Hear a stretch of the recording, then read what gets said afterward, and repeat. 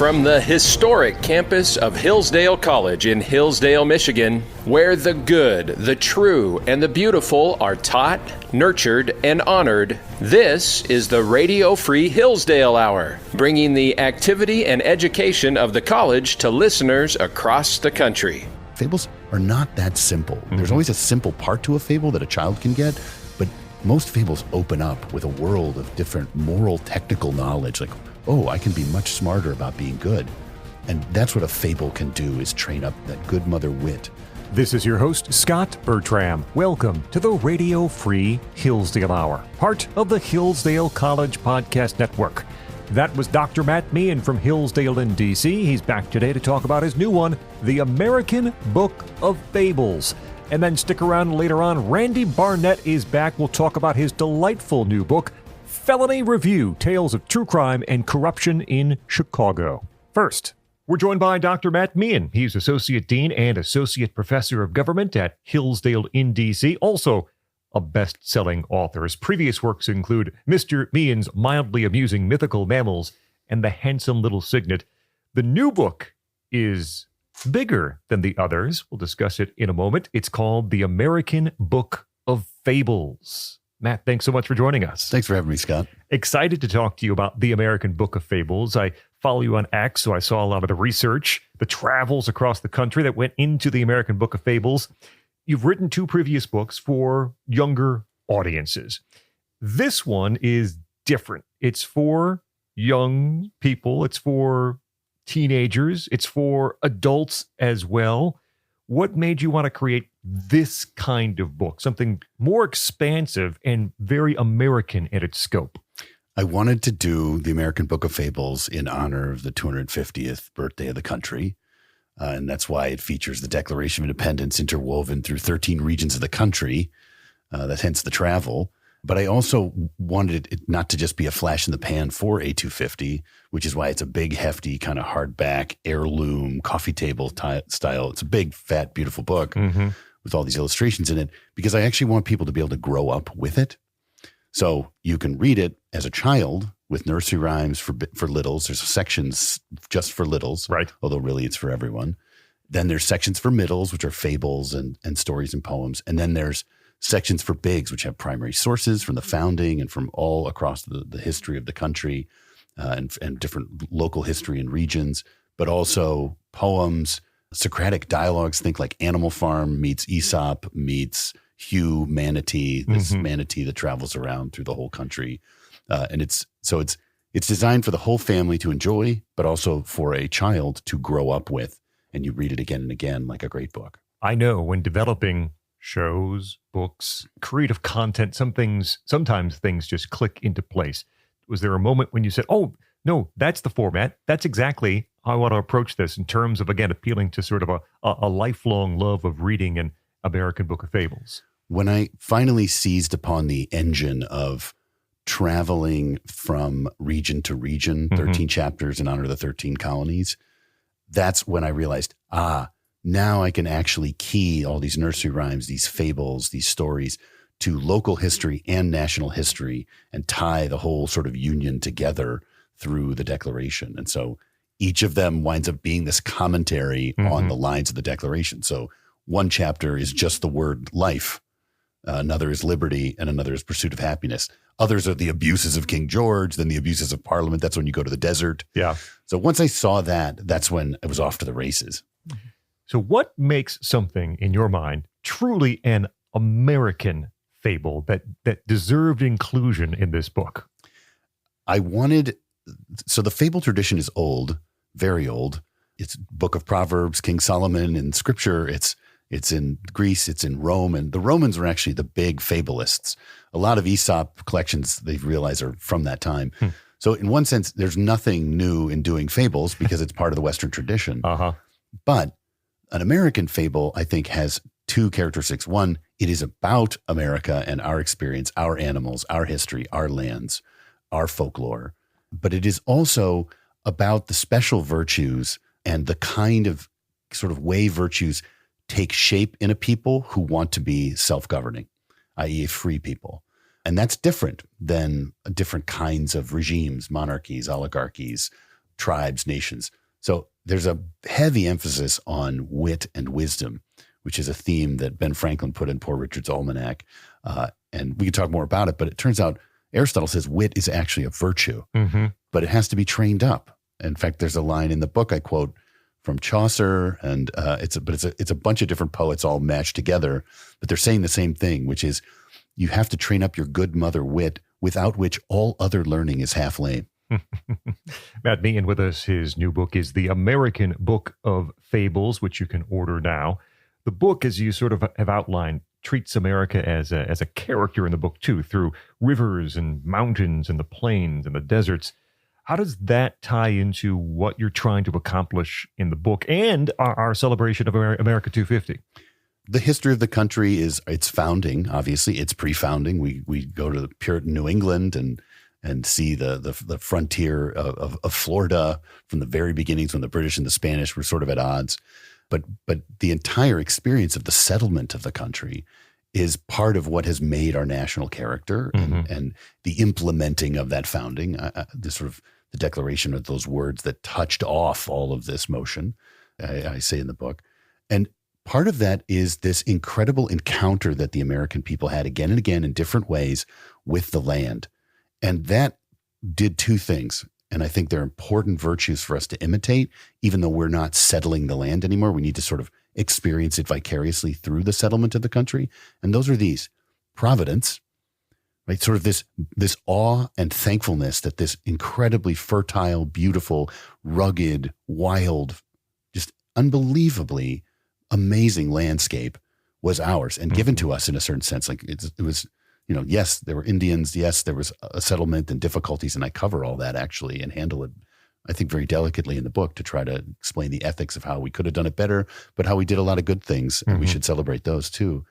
But that's a kind of gratefulness, a thankfulness, right? And so when the character of the land is in the book, it's almost like the character of Providence sort of quietly, right? Is this gift of this beautiful land.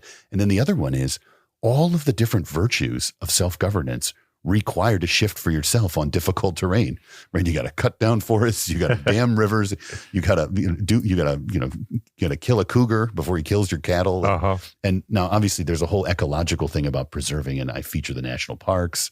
There's a whole story about how we saved a couple species from extinction. So it's not just about shooting, wild animals, but that's part of it. You've got to settle the land. And so it's the virtues that you gather from that, but it's also the gratitude of recognizing that it's America the Beautiful, right, given to us by God.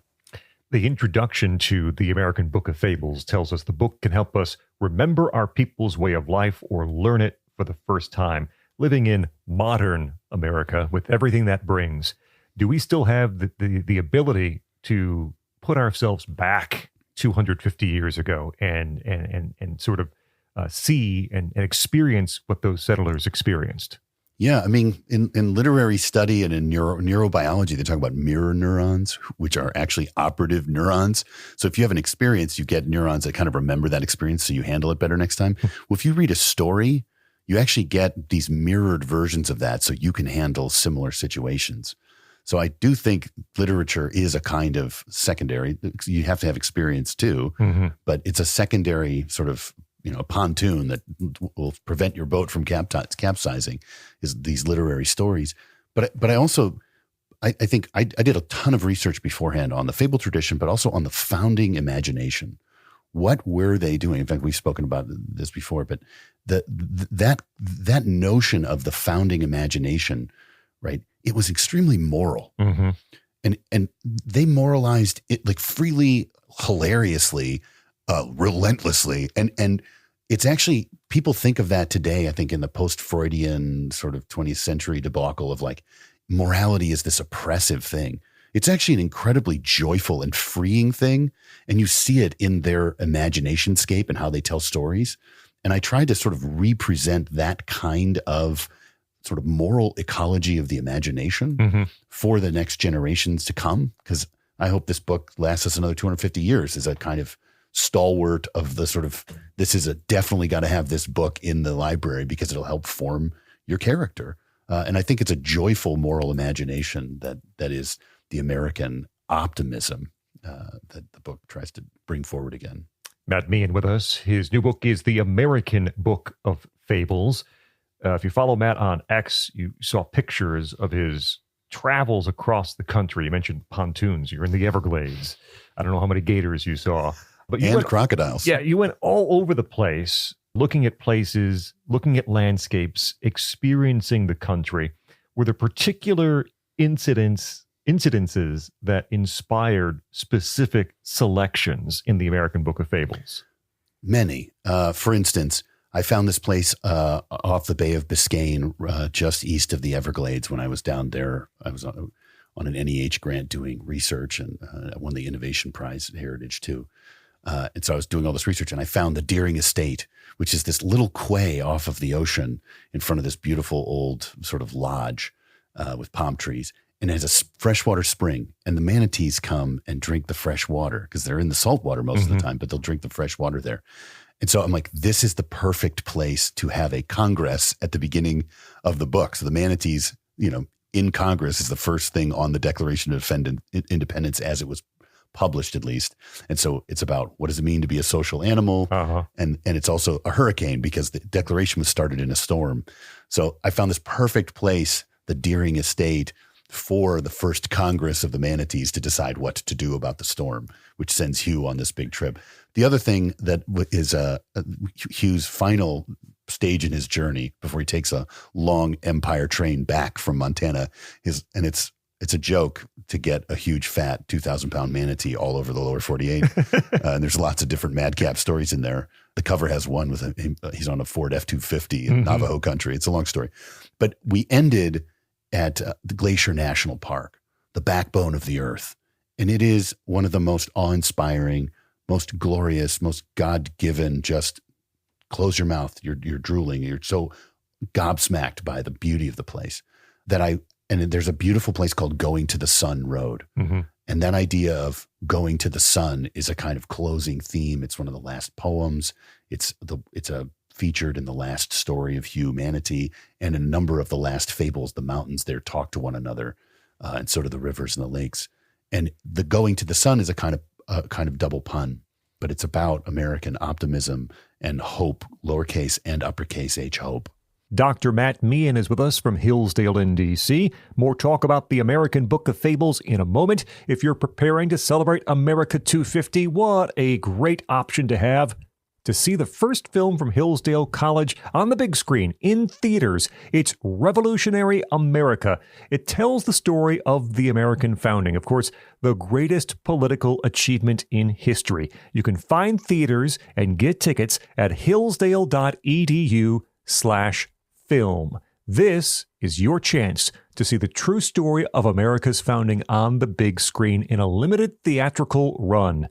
250 years ago, a group of ordinary people did something truly extraordinary. With the anniversary approaching, it's time to remember exactly what they did and why it still matters. See Revolutionary America in theaters May 31st, June 1st, and June 2nd. Find a theater near you and get your tickets at hillsdale.edu/film, F-I-L-M. hillsdale.edu/film. You won't want to miss Revolutionary America. We continue with Dr. Matt Mehan from Hillsdale in D.C., celebrating America 250 in part with the new book, The American Book of Fables. Matt, John Foley is back to do the illustrations in the American Book of Fables, and the illustrations are a big part of the experience, from the cover to many inside. How does your illustrator, John Foley, help shape the final product, the final book of the American Book of Fables? So John and I work on every illustration very closely. We have insane Google Docs, bizarre text streams where we're going back and forth with reference images and ideas. And he's a realist impressionist from the Boston School through the École des Beaux-Arts. He can trace his lineage all the way back to Florence, master apprentice to literally Raphael's workshop in Florence, the Raphael. He's a classically trained rock star, and the artwork is his best ever by far. Like it's truly amazing. He came with me to Glacier National in Yellowstone, and some of the paintings he painted on site that are in the book. He did on site oil and watercolor painting of some of the places we knew we were going to do fables, like Old Faithful and different places like that. And so the book is beautiful, and we have pen and ink, we have watercolor, and then we have 13 gorgeous oil 2-page spreads for each 13 of the 13 regions that are covered in the 13 chapters. But we did pen and ink, watercolor to oil in this almost kind of the way the Declaration of Independence is. In one sense, it's a scrawled document, but it takes on life. Like we inhabit those principles. We live out liberty. We fight a civil war to make sure everybody's free. Like this kind of like something going from a scribble to out to the lived full color experience. John helped me basically create this beautiful kind of motif. And the book actually, inside is a kind of interior is breathtakingly beautiful too. The graphic design, which John helped spearhead with Sophia and myself. Is there a particular chapter or section you're really happy with the way it turned out? My favorite two are definitely the two where John came with me. And so we have all this additional live painting images. And those are the two that feature just 2 national parks. It's chapter 11 called The Warmth of Yellowstone, and then chapter 13 called Many Glaciers. And those two really, I think, are especially beautiful. They're especially kind of artistically, they sing. Even the prose is written in a kind of almost sort of musical, rhetorical verse. Others too, but those are, I think, the most sumptuously beautiful. And I kind of, like a good symphony, you hit certain peaks, and so I went for one big peak, which is at the Continental Divide, the high point, the giant warm bulge of the thermals at Yellowstone, and then one more at the backbone of the earth at this high point of the Continental Divide. So we hit the Continental Divide, and it's a big sort of denouement, and then we go to the West Coast, and then we come back for our kind of last finale. And those, I think, are my favorite. Matt Mehan with us, his new book, The American Book of Fables, beautiful book, available now. You're a dad many times over. Your previous books, too, have had these themes of fatherhood and what it's like raising children. This book, the ability for parents to read with kids young and old, what does it mean for families to have that kind of experience, that kind of literary and historical experience together? It's the same experience writ small that I hope that this book does writ large for the country. When you read aloud, it's a unifying experience. It's a shared moment. You share not only the words of the text, but the voice of someone you love. And it's also a kind of a powerful way to bring forward literature, not just in the book, not just in the mind, but into the space of the family, and allow it to be there. And I consider it like, people are like, I bought your book. And I go, thank you. And I actually mean it, because it's a great honor that someone's willing to let my words into their home. And it's a greater honor if they let it into the air of their home. Like they actually speak these words, which is why I try to write very beautifully so that they're beautiful moments. But that's that unified memory of what it says and what it teaches about America and beauty and truth and virtue and the country and the landscape and our history. That's a shared memory, doubly, because you share it and because of the thing it is. And that's what I hope the book does for the whole country, is it's actually re-gifting the shared memory of our loves of people and principle and liberty, justice, and love. Matt Mehan with us. The book is The American Book of Fables. You spend time, when you're not raising children, in the world of education, now at Hillsdale College in Hillsdale in D.C., but also previously teaching and helping to shape young adults as well. What do you think that these stories and fables do that the textbooks and lectures can't do? It's a great question. Aristotle has this line where he says, basically in the De Anima, that no one can think without an image. And historical textbooks will give historical images, which are good. But if you use some art, you can actually shape even more economically, even more vivid. You can sort of heighten the beauty and truth beyond history into something that is even more memorable and more sort of delightful. And so that's one thing that a textbook can't do, is that heightened, ornamented beauty and truth. But the other thing that fables do, right, besides giving a kind of image of good things that help you live well and think clearly, is it also can train your wit in a way that you can't with a textbook. A textbook, what's said there is always true. Whereas when you use a fable, there are snakes with forked tongues. There is a big grumpy buffalo that doesn't quite have it all worked out.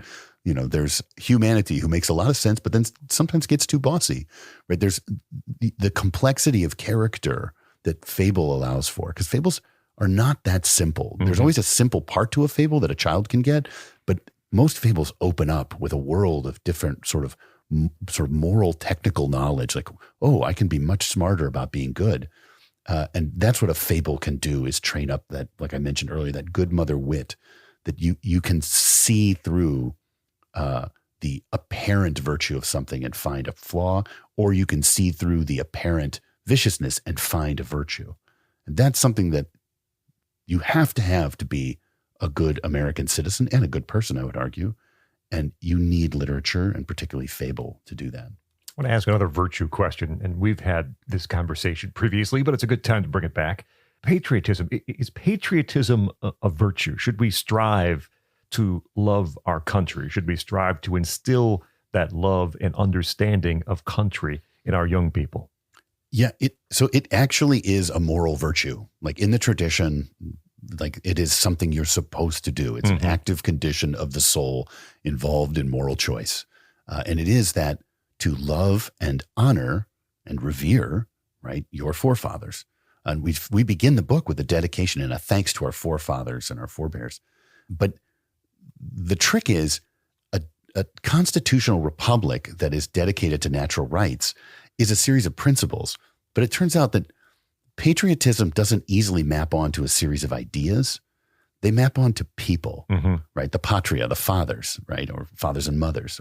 And it's not just the founding fathers. It's all of our ancestors, the people who came before us, who built the roads, who settled Nebraska, right? Who drained the swamps in Louisiana for tillable land. All the cool things that people have sacrificed. All those guys who died building the Brooklyn Bridge. That's part of patria, right?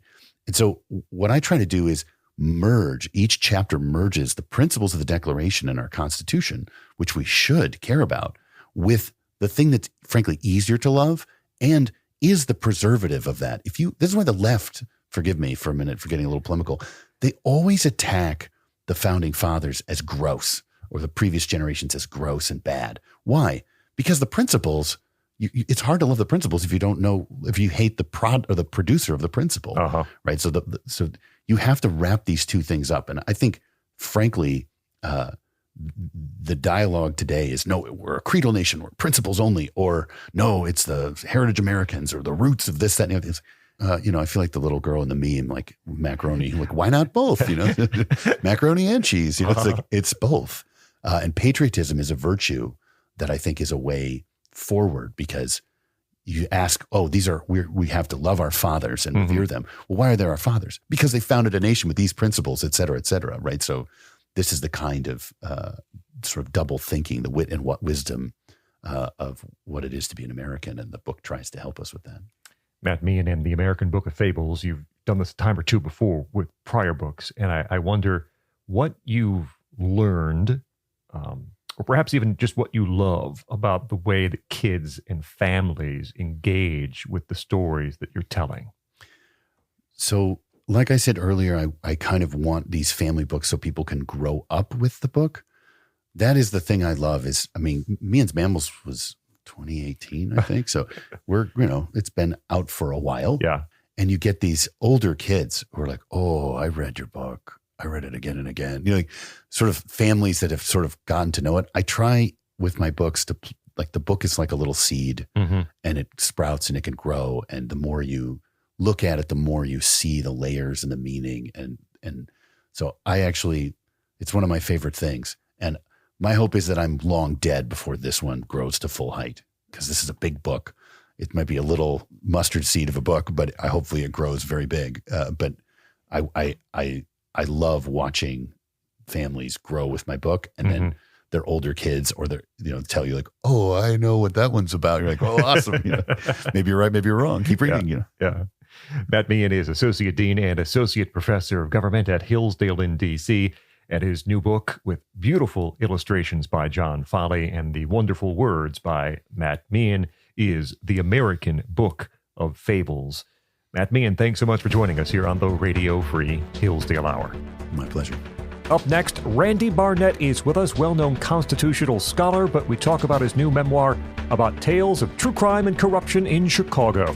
I'm Scot Bertram. This is the Radio Free Hillsdale Hour.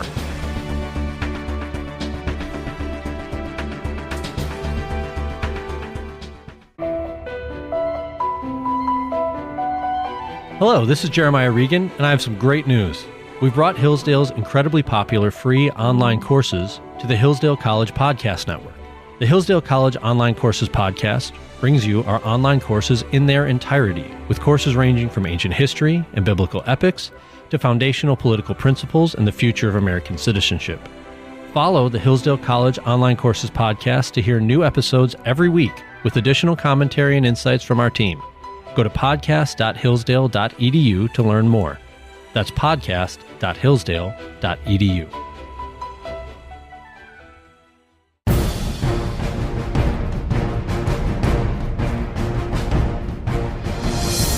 Welcome back to the Radio Free Hillsdale Hour. I'm Scot Bertram.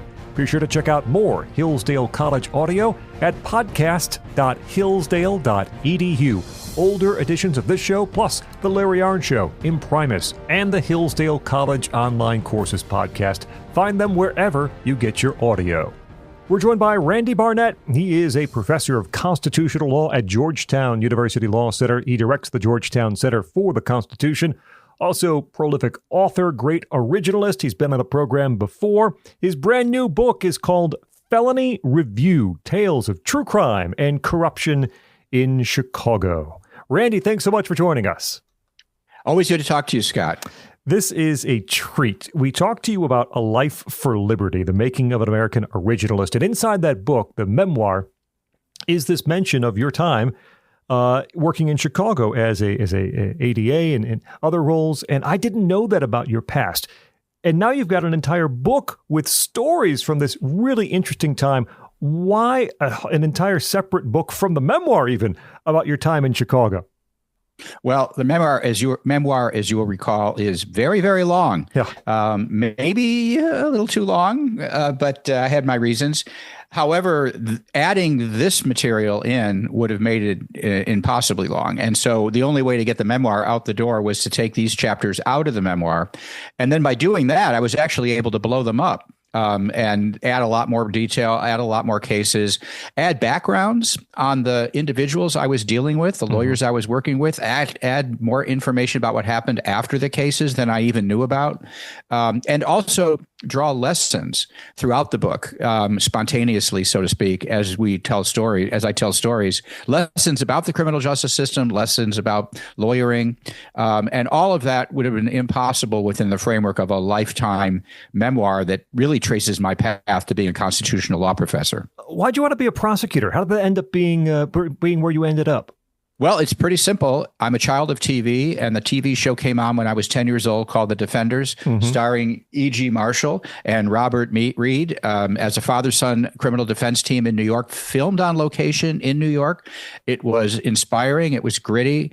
And one of the things in hindsight I realized for why that was the show that made me want to be a lawyer and not Perry Mason, which was on every Sunday night, is that Perry Mason was about solving murders and The Defenders was about practicing law. And ultimately, it was about justice, with it making the criminal justice system work. And that actually, now that I've gone back and rewatched episodes of The Defenders, that included cooperation by the prosecutors and judges, as well as the father-son legal defense team, the Prestons. And so that's what got me into it. And then whether I was going to be a defense lawyer or prosecutor, that sort of was an open question until I got into law school. And for various reasons, I opted for the prosecution side. But I could have been a public defender. I would have been happy to be. Maybe if the Cook County Public Defender's Office wasn't as political as it was, and my future there would have been much more up in doubt, as opposed to the prosecutor's office, which at the time I went in there was a Republican-held office in which promotion was based on merit. Felony Review is the new book from Randy Barnett. You mentioned you draw some lessons, learn some things perhaps in reviewing material. Early in the book, you point out that one of the benefits of the rule of law, which requires that like cases be treated alike, is that any deviation from the norm is a signal, a potential signal of something improper. How did that help you in your early days? Right. Well, it was a lesson that I drew from the first case that got fixed out from under me in auto theft preliminary hearing court, a big chop shop case involving taking stolen cars, chopping them down for parts, which was a kind of murder one type case if you're working auto theft. And we had a case come up where it was a preliminary hearing and the judge had a standing rule, no motions to dismiss at preliminary hearing. And as the defense attorney is cross-examining the arresting officer, and the arresting officer is admitting to circumstances that sound an awful lot like an illegal search, we object beyond the scope of preliminary hearing because we're not supposed to do that here. And then the judge overrules that objection, and we went, oh my! Now that's a complete deviation from his standing practice. And so then we knew when the case was thrown out that not only was the cop on the take, but the judge was on the take too. And in felony review, I'm able to name names of all the people who were on the take because they ultimately ended up facing justice themselves. Yes, Operation Greylord, a well-known sting in the Chicago area. I want to come back to that in a little bit. That first judge that we meet a lot of judges in this book, and they're all such rich characters. Judge John J. Devine, Dollars Devine, the nickname for him because he is on the take and fixing some of these cases. He's not the only one, though, and this happens to you not infrequently through your career. What is it like as a prosecutor working with a deck known to be stacked against you? Well, in fairness to the Cook County judiciary, this was primarily done at the misdemeanor level and the traffic court level, because that's where you could do high volume of small dollar corruptions, make a lot of money, but not raise a lot of political heat. By the time you get to the felony trial courts, things were on the level. And those judges had their strengths and their weaknesses, but being on the take was not one of them, with one exception, which I do talk about in the book, but only one. And, he didn't actually fix a case out from under me, but later on we discovered he'd fixed some other cases. But he was the only circuit court judge in the history of the circuit court to be convicted of throwing a murder case for money. So that was very unusual, Scott. Talking with Randy Barnett, his brand new book, Felony Review, Tales of True Crime and Corruption in Chicago. There's a really interesting part in here where you answer the question, why do criminals confess to the police? Why don't they shut up? Why aren't they silent? Why do people feel like they want to or have to? Why do they confess to police? Well, first of all, let's talk about the Felony Review Unit, because that's where I got the opportunity to examine so many defendants or people who are accused and get confessions. The Felony Review Unit is a specialized unit in Chicago that was set up as a result of an arrangement between the Chicago Police Department, a unit of the municipality of the city of Chicago, and the Cook County State's Attorney's Office, who works for Cook County. They have no corporate relationship with each other, but they enter an agreement that say that no felony charges could be brought by a Chicago police officer without approval of a Cook County State's Attorney. And that meant you needed a full-time unit of state's attorneys available to go to district police stations, interview witnesses, talk to the cops, try to get statements or confessions from accused if possible. And the Felony Review was set up to be this 24/7 unit. I was on it for 9 months. You work an all-day shift for 3 days, and then you get 3 days off, and you work an all-night shift. You have your own squad car. Your offices are in the police station, you don't go to court. It's fascinating. It is the core of Felony Review, the book, in addition to my trial experience. And so that's the reason why I was interviewing a whole lot of people in the police stations. Prosecutors never get to talk to the accused because by the time the prosecutor sees them, they're represented by counsel. Right. But if you're in the police stations on Felony Review, you do get to talk to them. And so I took a lot of confessions, and I was able to draw some generalizations from the confessions I took. What's the most prominent one? I mean, what is the most likely reason, most common reason that a criminal is going to confess to the police? That's very easy. They don't know they're confessing. They're trying to talk themselves out of a crime. And by trying to talk themselves out of a crime, they're actually talking themselves into a crime. So let me give you an example. If somebody says, my brother and I did go and try to rip off the former cellmate drug dealer of my brother, but it was my brother who stabbed him to death, not me. Well, they're trying to get themselves, both brothers, by the way, in that case, both Robert King and George King each made a statement like that against the other one. And I had to try both of them separately because of that. But in each case, they were basically confessing to felony murder. It didn't matter which one of them stabbed. I'm not 100% sure I know which one of them stabbed Gregory Perkins to death, but it didn't matter. Legally, they confessed. Randy, in our first conversation, or our conversation about a life for liberty, I think we brought up this question about how, as a prosecutor, you would deal with these low-level drug cases that could result in jail time for the accused when that's not something that you necessarily believed in. And there's a portion in Felony Review when you talk about you're about to prosecute a death penalty case when at the time you were anti-death penalty. How did you juggle those conflicts and what ended up happening in that case? Well, there weren't that many conflicts, happily. The drug conflict was resolved by the fact that I worked the misdemeanor drug court. Right. And my boss at the time, the Cook County State's Attorney, had a very liberal policy on personal possession, so you could get diversion. So I never sent anybody to jail for drugs. And then when it came to this one case, this death penalty case, it ultimately pled out. And so I never really had to do what I was probably going to do, which was try the case. But it was an interesting phenomenon. It also goes to my contrary nature. When I was in college, I was for the death penalty. When I was a prosecutor, I was against it. And now that I'm a law professor in liberal law professor land, I'm for it again. Randy, I think it's my favorite part of Felony Review is the twist in the end. And we've already alluded to this Operation Greylord probe, which resulted in a number of high-profile judges and others in Chicago being put behind bars. And there's a wonderful twist that you can't see coming. I'll leave it to readers to find out for themselves. Okay. But also in the book, you have a story about witnessing voter fraud in Chicago, which is very hard for me to believe that happens there, but you say it does. And one of the lessons you draw here is that requiring matching signatures is the most important way to combat voter fraud. Why does that work? Well, we were on election patrol, and I thought election patrol was just a waste of time. What was I ever going to do on election patrol? The only thing that we could do when we showed up at a polling place as state's attorneys was to stand behind the judges who were supposed to be Democratic and Republican judges, but they were all Democratic judges because there are no Republicans in Chicago. And so, and what they're supposed to do is somebody goes to fill out a card to vote. He signs the card. It goes up to the desk, and then he shows them the card, and then they compare the signature in the card with the signature in the voter registration binder. And if they match, they give him a ballot.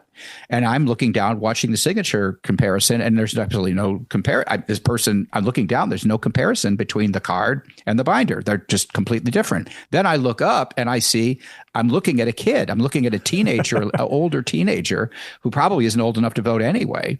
And so I'm stuck. I got to do something about it. And then the book talks about how hard it was to get anybody to do something about it. There's a Chicago police officer there assigned. He wouldn't do anything about it. And I was being escorted by a Cook County sheriff's policeman, and he wouldn't do anything about it. So the book talks about how I was ultimately able to get somebody to do something about it. And ultimately, the kid was given, supervision down the line when it was adjudicated. But it was a very interesting example of how voter fraud is done without voter ID, without voter verification. And it's an old story. Randy Barnett with us, his book, Felony Review, Tales of True Crime and Corruption in Chicago, available now, rich characters throughout the book. You are not shy about explaining things you did wrong, from forgetting to read someone Miranda rights at one point. Your first cross-examination didn't go all that well, though you still got the conviction.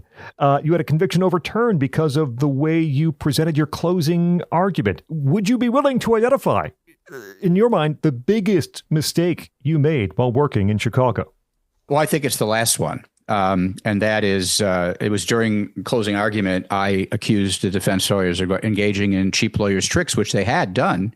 But in fact, the appellate court thought that was improper closing argument, and the conviction was reversed. The defendant ultimately pled guilty upon remand after conviction. But that was the biggest mistake I made, and it was I didn't know there. But here's the problem. Here's the thing. It wasn't only my fault. The defense objected to my saying that, and if the judge had sustained the objection, I would have stopped.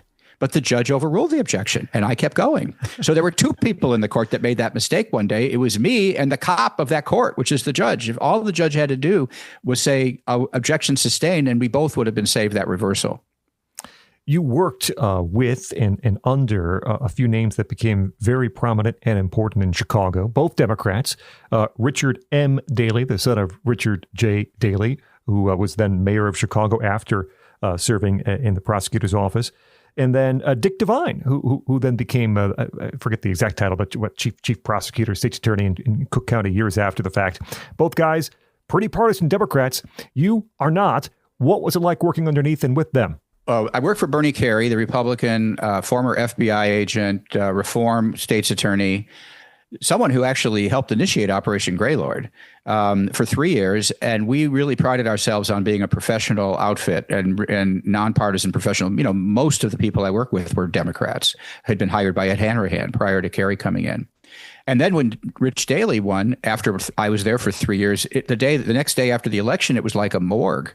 It was like a wake at the office, because we just felt like all of our professionalism was going to go down the drain, and we were going to be just another corrupt Chicago institution, or maybe as political as the public defender's office was. But that's not what happened. It turns out that Richard Daley, Richie Daley, the son of the mayor, who had his eyes set on being mayor himself, decided that the way for a political future is to be an effective prosecutor. And so, much to my surprise and other people's surprise, all the supervisors normally have to resign. They resigned, and the people that he promoted from within were the good people. There was a few partisan Democrat type people who he didn't promote. And so, at least for the time I was there, he ran the office wonderfully. And before I resigned, I took a leave of absence to go to the University of Chicago Law School before I could get a teaching job. But after I formally resigned, as I formally resigned, I made an appointment to go meet with him in the Daley Center just to thank him for being, a stand-up prosecutor when I worked for him, because he was. Randy Barnett with us. Felony Review is the new book. I know you a little bit, and I know you keep things. You've sent me emails where you have pictures and items from the past, and I have to imagine that all those things, and some of them pop up as figures in the book, are big help when it comes to remembering details, filling in blanks, and again making these stories and characters come to life in this book about crime and corruption in Chicago. Did you intentionally do that? Did you say, I need to keep all this stuff, I got to take copious notes? Was that intentional back then? I'm a pack rat, and I'm very sentimental. Yeah, and I just can't part with things I have a sentimental attachment to. And that was the thing. But I thought it's something that totally nobody has really asked me about, but you're sort of alluding to, is one of the practices I decided to do when I started in the felony trial courts was I ordered up and kept a copy of the mugshot of every defendant I tried a jury trial of. And so I actually have a complete collection of Chicago Police Department mugshots for every jury trial. And all those mugshots are in the book. They are in the book. I want to close, Randy, with a question about the postscript, which is a bit of fun. These letters that you wrote to Grant Tinker at NBC about Hill Street Blues, Stephen Bochco, who was the creator of LA Law in the 1980s. And, the title is Better Than TV.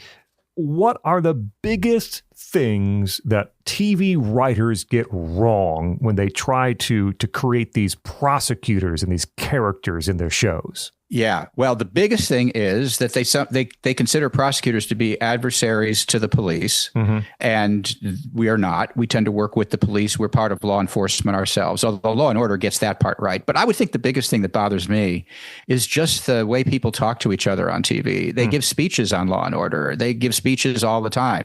The way people talk is a lot more like The Wire. The Wire is the closest thing we have to what it's really like, and it's a cop show, not a lawyer show. Right. And the prosecutor is an intimate part of The Wire. And that's what we were. We work with law enforcement, and we're not the same as they are. And in some respects on Felony Review, we're there to check them, but we're also there to help them. And I think that's the biggest thing they get wrong.